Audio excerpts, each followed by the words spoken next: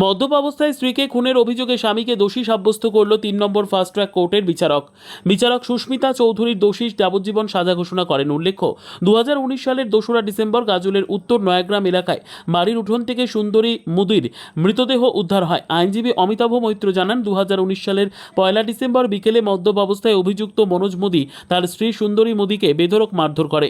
দরজায় মাথা ঠুকে দেওয়ায় রক্তাক্ত অবস্থায় অজ্ঞান হয়ে পড়েন সুন্দরী। পরদিন ভোরে সুন্দরীর মৃতদেহ উদ্ধার হয়। এই ঘটনায় ৯ জনের সাক্ষীর ভিত্তিতে বিচারক অভিযুক্তকে দোষী সাব্যস্ত করেছেন। বিচারক দোষীর যাবজ্জীবন কারাদণ্ড ও ৫,০০০ টাকা জরিমানা অনাদায়ে আরও ৬ মাসের হেফাজতের নির্দেশ দিয়েছেন। ২০১৯ সালের ঘটনা। এটা কমপ্লেনটা লজ হয় ২০১৯ সালের ২/১২/২০১৯ এই তারিখে, এবং একজন মহিলা ছেদনি মুদি উনি এটা লিখিত অভিযোগ করেন যে উনার ভাইপো মনোজ মুদি তার স্ত্রী সুন্দরী মুদিকে প্রাণে মেরে ফেলেছে, এবং অভিযোগটা যেটা ছিল, এবং সেই ভিত্তিতে পুলিশের তদন্ত শেষ হওয়ার পরে এটাই চার্জশিট দাখিল হয় 2020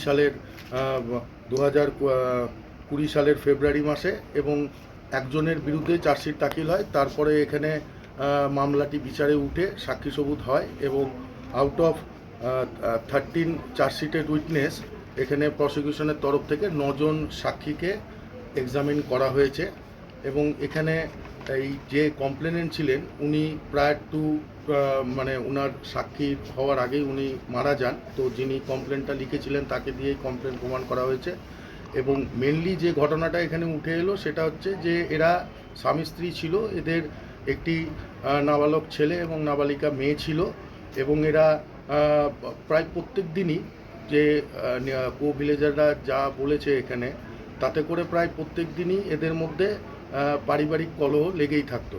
এবং ঘটনার আগের দিন যিনি কমপ্লেনেন্ট উনি বিকেল 4টা নাগাদ উনি দেখেছেন, অন্যান্য কো ভিলেজার সাক্ষীরাও দেখেছেন যে স্বামী স্ত্রীর মধ্যে গণ্ডগোল হচ্ছে, এবং মদ খেয়ে স্বামী তার স্ত্রীকে মারছে, এবং ওখানে ওই সময় কেউ ইন্টারফেয়ার করেনি, দৈনন্দিন ঘটনা হিসাবেই এটাকে সবাই ধরেছে। কিন্তু পরবর্তীতে দেখা যায় যে এই মনোজ মুদি পরের দিন ভোর 4টার সময় এই যিনি অভিযোগ করেছিলেন তাকে ডেকে বলে যে তার ব্যুরো রিপোর্ট, উত্তর বাংলা সংবাদ।